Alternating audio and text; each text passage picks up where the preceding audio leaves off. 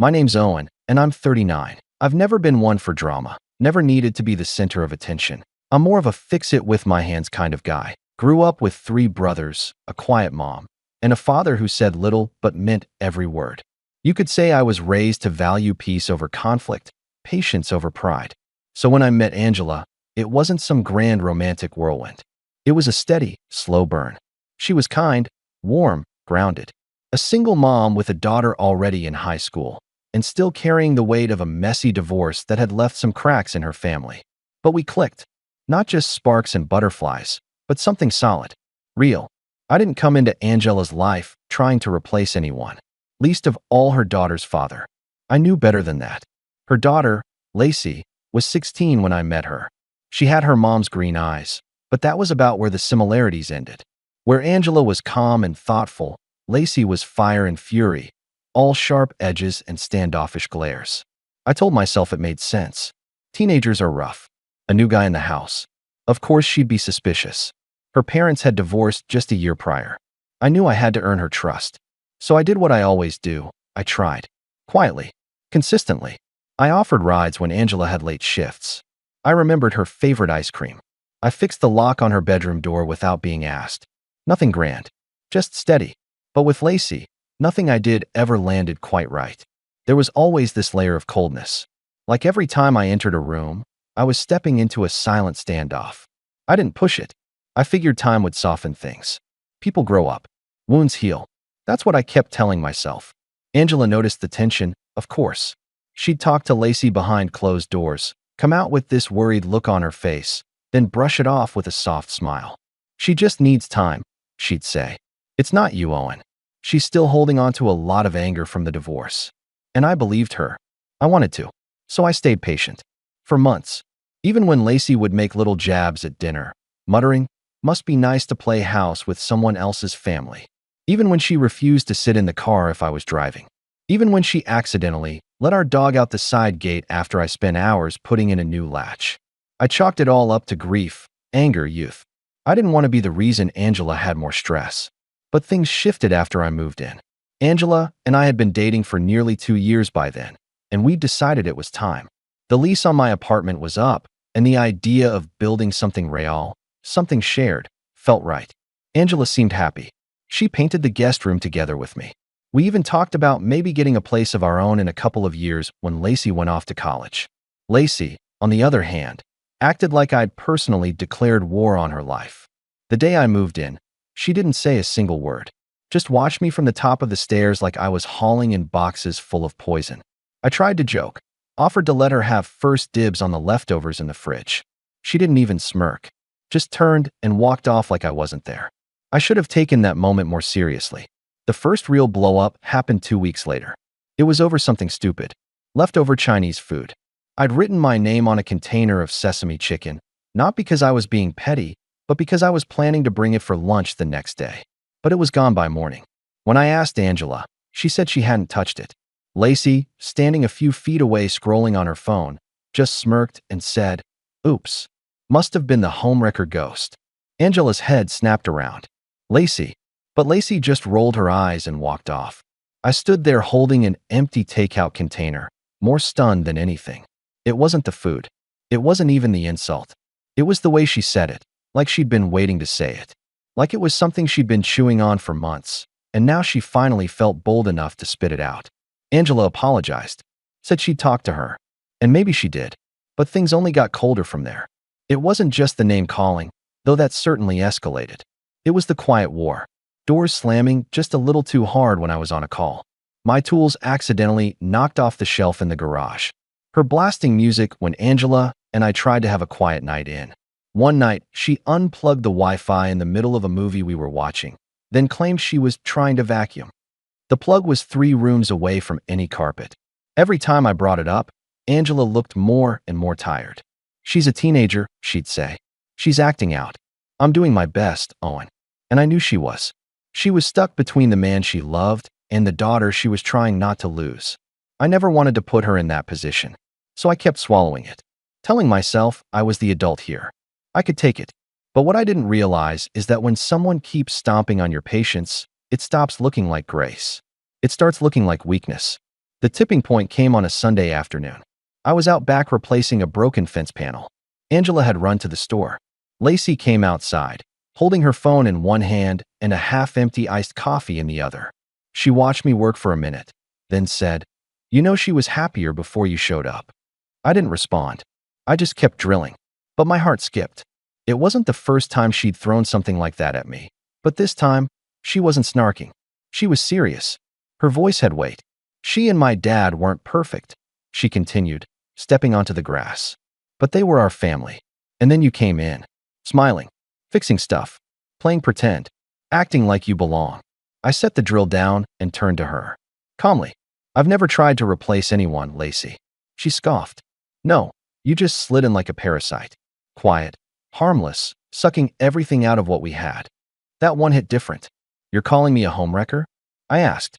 She didn't blink. "Yeah, I am. You stole my mom. And you know what? I hope you rot alone when she finally wakes up and realizes what she gave up for you." I stood there in silence. Not because I was stunned, I wasn't anymore, but because something inside me shifted. Like a light bulb finally clicked on after years of flickering. She didn't just dislike me. She despised me. She wasn't lashing out because she was hurt. She truly believed I didn't belong. And for the first time, I realized maybe she was right. I didn't say another word. I didn't defend myself. I didn't wait for Angela to come home. I just walked inside, packed a bag, grabbed my keys, and left. Not in anger. Not in spite. Just done. The last thing I heard before I closed the door behind me was Lacey calling out, "Finally." But what she didn't see, what she couldn't have predicted, was the look on her mother's face when she returned home to find nothing but a single note on the kitchen counter and an empty house.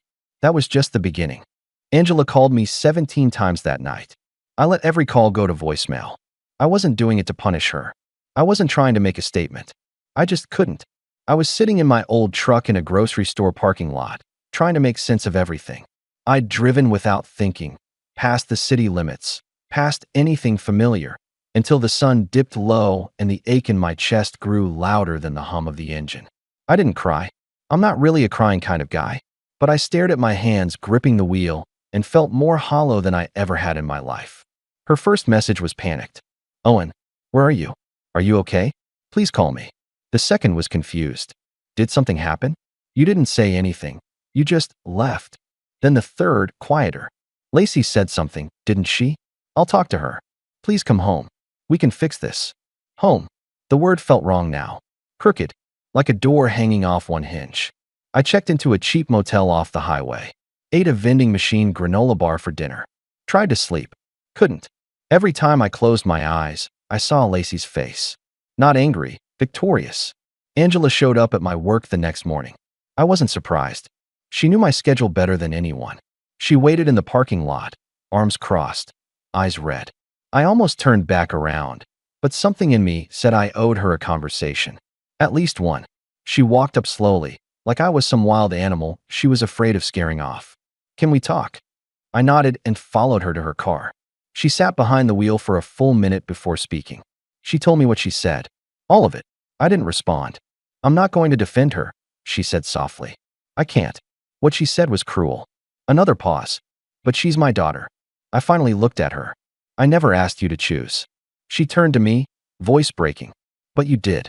Every time you swallowed your pride. Every time you let her treat you like that. You gave me the choice, and I chose not to make it, because I didn't want to lose either of you." I wanted to say I understood, but I didn't. Not really. I couldn't imagine watching someone you love be disrespected again and just letting it happen. She was hurting, Angela said. Still is. So was I. We didn't speak for a long time after that. She eventually drove away. I went back to work. The weeks that followed were quiet. I stayed in that motel longer than I should have. Spent most nights on job sites, driving back late with sore muscles and an empty stomach. I told no one what happened. Not even my brother, who I usually talked to every Sunday. I didn't want pity. I didn't want advice. I just wanted to disappear for a while. But Angela didn't give up. She texted every few days. Updates. Apologies. "We miss you." She's calmed down. "Can we meet for coffee?" I didn't answer most of them. Then came the message that made my blood run cold. She's been seeing her dad again. Lacey's father, Ryan, hadn't been around much in the 2 years I'd been with Angela.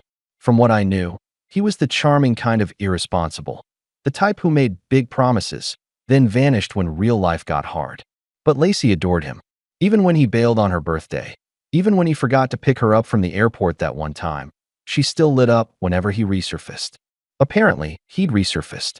Angela told me Lacey had reached out to him, told him she wanted to reconnect, that she felt smothered at home, that things had been better before Owen.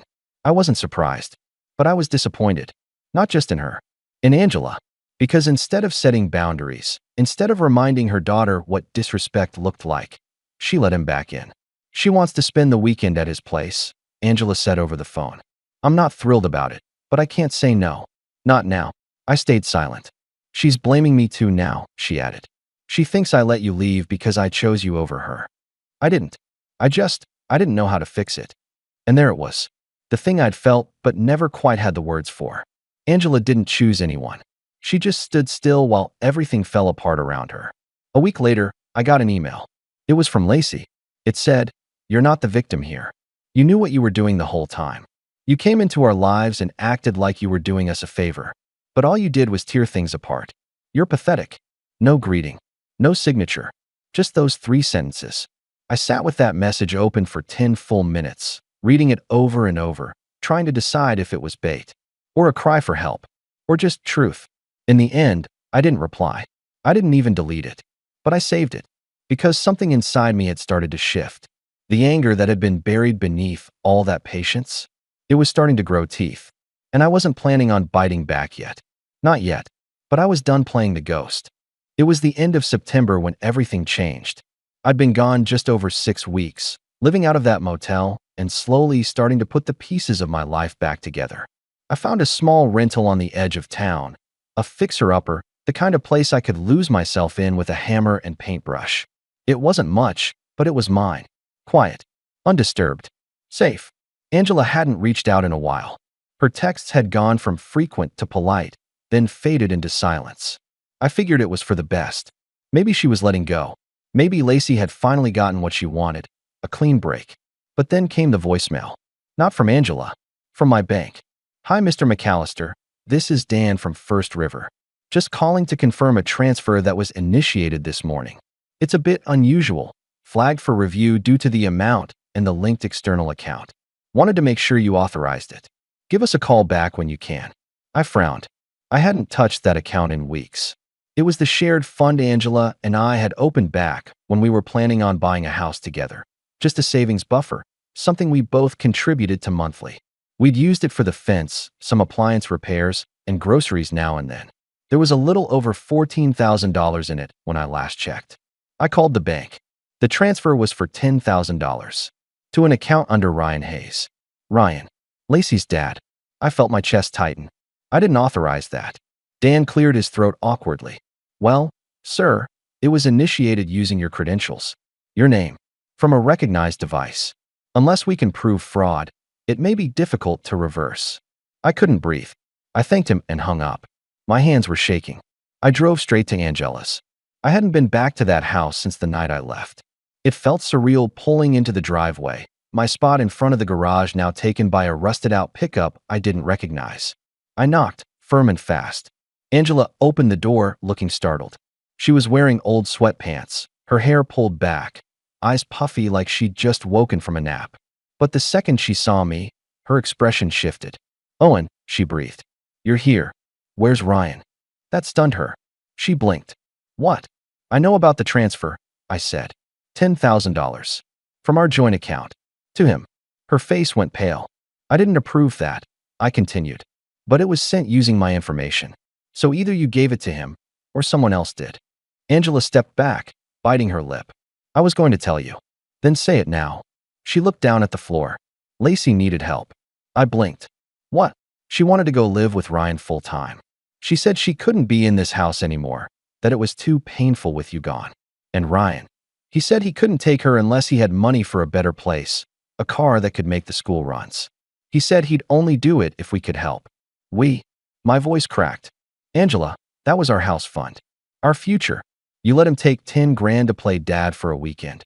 He promised." "He promised?" "You believed him." Angela's eyes were wet now. "I just wanted to make things right with her. My stomach turned. You let him in. After everything. And you let her use me to do it. She's my daughter. I was your partner. The silence that followed was louder than shouting. I saw it on her face. The guilt, the shame, but also the hesitation. The way she couldn't quite look me in the eye. Because the truth was, some part of her knew. She'd known what she was doing when she signed off on it. Maybe she even convinced herself it was temporary, that I wouldn't find out, or that I'd understand. But I didn't. And I wouldn't. I turned to leave. She called after me, voice breaking. Please don't walk away like this again. I paused at the door, one hand on the frame. Lacey didn't just get what she wanted, I said without turning around. She learned that all she has to do is break things to get her way. And you taught her that. Then I left. But I wasn't angry anymore. I was calculating. And I already knew what I was going to do next. I didn't go home after that. I didn't even go back to the rental. I just drove. Miles blurred past in silence. No radio. No thoughts I could make sense of. Just the sound of tires on pavement and this tight, sour feeling in my gut, like I'd swallowed something sharp and it was slowly cutting its way through me.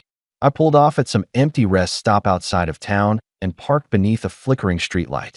Sat there until the sun started to rise behind a wall of trees, watching the sky turn from black to gray like a bruise healing in reverse.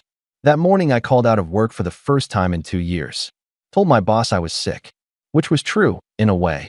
I didn't eat, didn't shower, just lay on the motel bed and stared at the ceiling.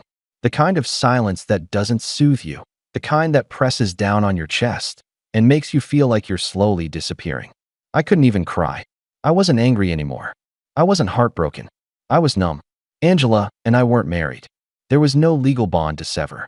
No papers to file. But the weight of it, it felt heavier than any divorce could. We'd spent years building something. Slowly, carefully, like laying bricks one by one. I'd poured myself into that house, that life, into her daughter. And in the end, it was treated like a convenience store. Take what you want, leave nothing behind. The worst part? I let it happen. Every time I said nothing. Every time I gave the benefit of the doubt. Every time I swallowed my pride in the name of patience or love. I thought I was doing the right thing. But love without boundaries isn't kindness. It's self-destruction. It took a few days before I forced myself to get up. I shaved, took a long, hot shower, changed the bedsheets. Then I drove to my new place and unlocked the front door for the first time in days. The air inside was stale. The kitchen counter still had paint swatches laid out from when I was trying to decide on colors. There was dust on the floor, dishes in the sink. It looked abandoned, like I'd left myself behind. That night, I sat at the table and pulled out my old planner. I flipped to an empty page and drew a single box at the top. October 1st. Then I started listing everything I wanted back. Not just money, not just peace. My sense of self, my direction, my spine. I'd been walking around like a ghost, watching people cross my boundaries, take what they wanted, and walk away without consequence. Not anymore. The first thing I did was call the bank again. I opened a fraud investigation, asked for every detail of the transaction. Device ID, IP address, location. I wasn't going to sit back and let it go. I didn't care if the odds were low. I wanted a paper trail, something to point to. Next, I closed the joint account permanently. Then I called an old friend of mine, Eric. Lawyer, semi-retired, used to be a shark before he burned out and started doing wills and business contracts instead. I told him the story, not just the money, but everything. From the beginning. The silence on the other end of the line lasted longer than I expected. Do you want revenge? He finally asked. No, I said. Not the petty kind. I just want to stop being the one who gets stepped on. He was quiet again, then said, I think it's time you stop playing defense. Eric helped me draft a formal letter. Nothing aggressive, just firm. I wanted Ryan to know I was aware, that the transfer was being looked into, that if the money wasn't returned voluntarily, legal options would be pursued. We didn't send it right away, just sat on it, like bait. The final piece came a few days later. I got a text from Lacey. Just 4 words. You ruined everything. Congrats. I stared at that message for a long time, and I realized something. Lacey didn't see me as a man or a person. She saw me as a tool, a wedge in her narrative. The villain in a story she'd rewritten in her head where her dad was the good guy, her mom was the victim, and I was the one who broke the family apart. That's when the switch flipped. Because suddenly, I wasn't sad anymore. I wasn't confused. I wasn't sitting in the ashes of some love story wondering what I could have done differently. I was awake, and I knew exactly what I was going to do next. But first, I needed to see one more thing with my own eyes. A confirmation. A gut check. So I drove, one last time, to the house I used to call home. Parked across the street. Watched from behind tinted windows. The porch light was on. There were 2 cars in the driveway. One was Angela's. The other was Ryan's. And right there, on the front steps, I saw her. Lacey. Laughing. Smiling. Looking more content than she had in all the time I'd known her. That was all I needed. I turned the ignition. And as I drove away, I wasn't just leaving the house behind. I was leaving the version of myself they thought would never fight back. By the second week of October, things started to shift. Not dramatically, not all at once, but in small, steady ways.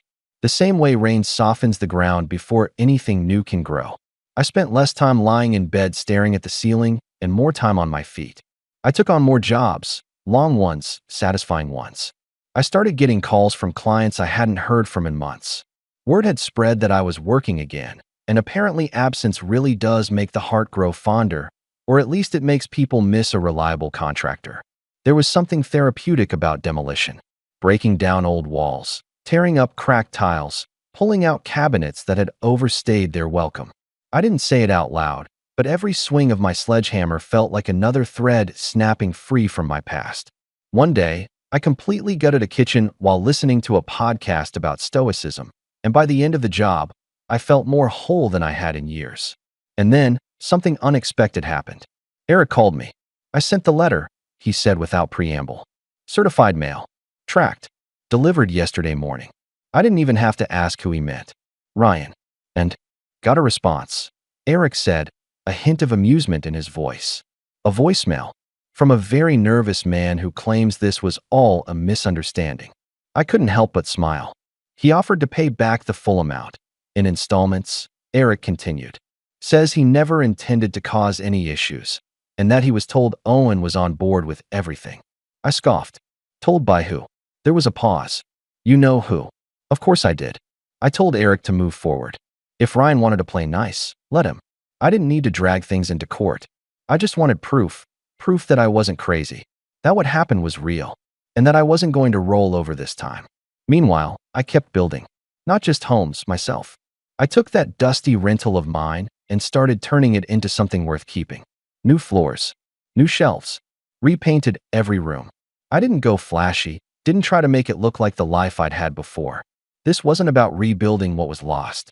It was about building something better. I made a home. And one day, I came home from work and found a letter in the mailbox with no return address. Inside was a check for $2,000. No note. No explanation. Just the check, written from an account under Ryan's name. The first installment. I didn't cash it. Not yet. I pinned it to the corkboard above my desk and left it there. A reminder. A trophy. That week, I also got a call from a local contracting firm I'd done work for years ago. The owner was retiring and looking to sell the business. Licenses, equipment, client list and all. He offered me a deal so good I thought it was a scam at first. But it wasn't. He knew my reputation. Said he wanted someone with a clean name to take over. By November, I had my own company. Just a small crew. 3 guys I trusted and had worked with before. But it was mine. OM Renovations. The initials were just coincidence, but it felt symbolic. People started noticing. I wasn't some guy living in a motel anymore. I was the man who came back from nothing, quietly, steadily. The type who didn't complain, just built something better. Even my brother, who'd sensed something was wrong months ago but respected my silence, finally dropped by one weekend to help me tile the kitchen. We didn't talk about what happened, just worked side by side like we used to. It was one of the most healing days I'd had.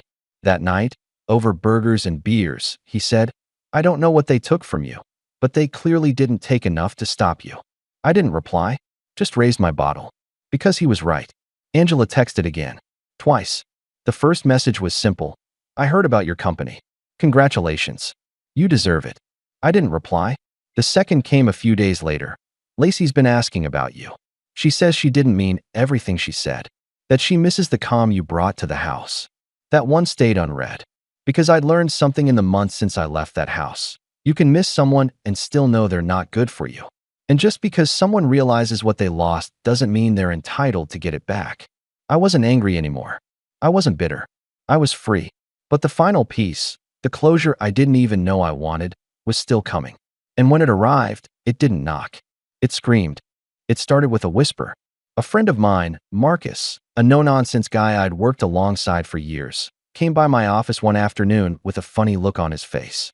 He wasn't the gossip type, so when he knocked twice on the frame of my open door and said, "You're not gonna believe what I heard," I set my pen down immediately. "Shoot." He stepped in, shut the door behind him, and leaned on the back of the chair across from me. "You remember that guy who bought the Foreman house off of Elm Street?" I nodded. "The old Victorian that sat gutted for 2 years until a flipper finally took it." "Ryan." Marcus smirked. "Turns out he's running out of money. Badly. Word is he bit off more than he could chew. Tried to use his own labor to remodel the place, but didn't pull any permits. Got hit with fines. Delays. 2 contractors walked off the job mid-project. Now he's trying to sell it halfway finished." I leaned back, arms crossed, something simmering low in my gut. "You sure it's him?" "Name's on the filing. Hayes Remodeling, LLC. He even tried to contract one of our subs, Carlos. Offered him exposure instead of a paycheck." I laughed bitterly. That sounds about right. But it wasn't just schadenfreude. There was something else. A thought forming, half-formed, fragile, but growing. I waited until Marcus left. Then I opened my laptop and pulled up public property records.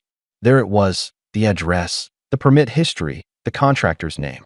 He was drowning. And that's when I realized something. Ryan didn't just take my money. He used it to fund a project he never had the skill or capital to finish. That $10,000 was supposed to go toward a better place for Lacey, but in reality, he'd thrown it into a pit of bad planning and worse execution. And now he was bleeding. That should have been enough. But it wasn't. I didn't want to hurt him. Not directly. I wanted something better. I wanted him to watch me thrive in the space he thought he'd conquered. The next day, I called Eric. "Remember the letter we sent?" I asked. "Which one?" he asked dryly. "We've sent a few. The one to Ryan. Is there any clause or follow-up that gives us leverage if he misrepresented how the funds were being used?" Eric was quiet for a moment. Then, "Yes." "Why?" "Because I've got reason to believe he used that money not for his daughter, but to illegally fund a commercial renovation he wasn't licensed for." Eric whistled. "That's a serious charge." "I don't need a lawsuit," I said. "Not unless I have to. But if word got out, say, to the licensing board, the inspectors who flagged him, the potential buyer of that property, that he's not just incompetent, but dishonest, that could ruin him." Exactly. I didn't want to burn his house down. I just wanted to be the guy holding the extinguisher while he begged for water. So I did my research. Quietly, methodically. I gathered everything I could, scanned receipts, permit notices, contractor reviews, a few screenshots from construction forums where Ryan had posted under a username so close to his real name it might as well have been a billboard.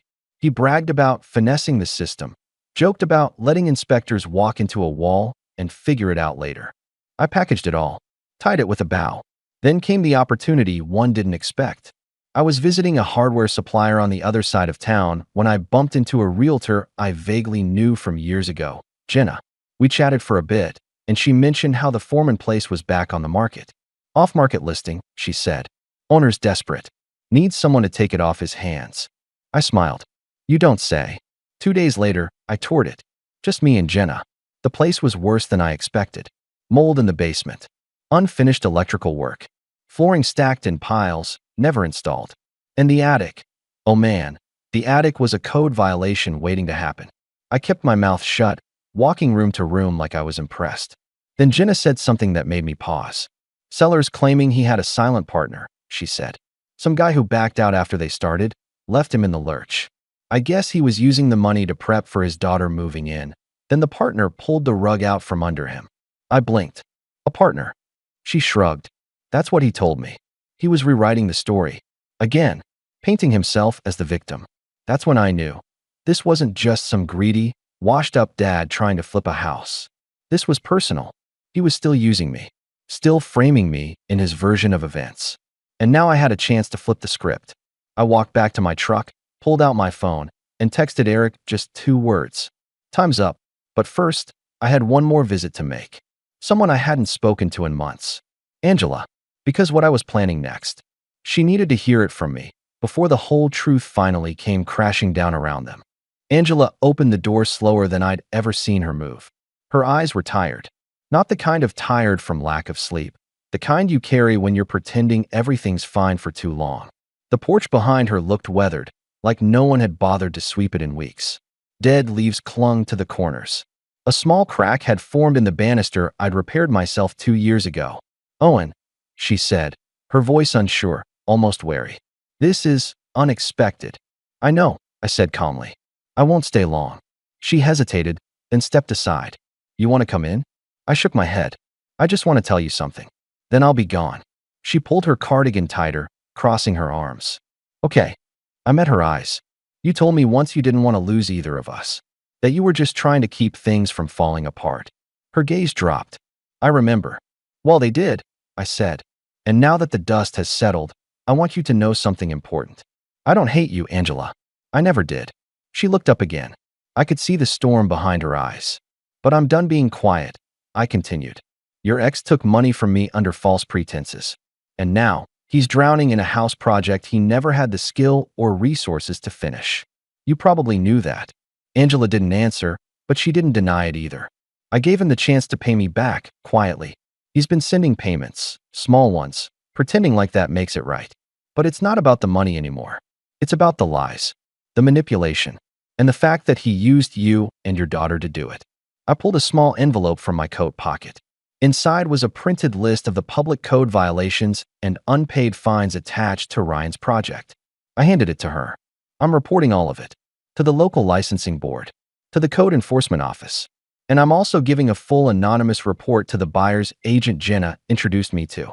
He's been trying to dump the house with half-finished work and a doctored renovation record." Angela unfolded the paper with shaking hands. Her fingers went still halfway through. "You're serious," she said, almost whispering. "I gave him a way out," I replied. "He chose to lie again." She looked up at me. "And you came here to what? Gloat?" "No," I said gently. "I came to give you a warning. Because when this goes down, it's going to get ugly. And Lacey's going to be in the blast radius." Angela looked like she might cry. "She's not the same lately. She barely talks to me anymore. Ryan promised her a fresh start. He said he could give her something I never could." "Did he?" She didn't answer. I nodded. "Take care of yourself, Angela." And then I walked away. I didn't look back. 3 weeks later, the dominoes fell. Ryan's half-flipped Victorian officially tanked. The city sent him a formal notice of violation for 5 separate permit failures, including exposed wiring, mold remediation delays, and misreported materials costs.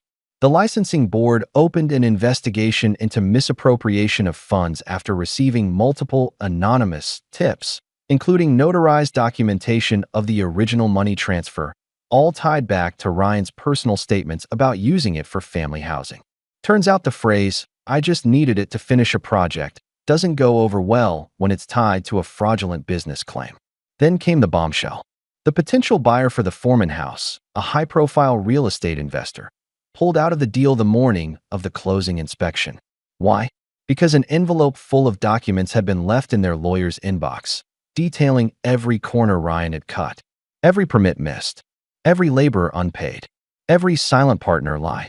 That envelope didn't have a return address, but it didn't need one. The buyer's agent called Jenna, fuming. She called Ryan. Ryan called Angela. And Angela? She called me. I didn't answer, but I saved the voicemail. Her voice trembled. "Owen, he's losing it. He said you destroyed his reputation, that you poisoned everything. He's blaming me now. And Lacey, he's saying we set him up, that you tricked him into taking the money just so you could ruin him.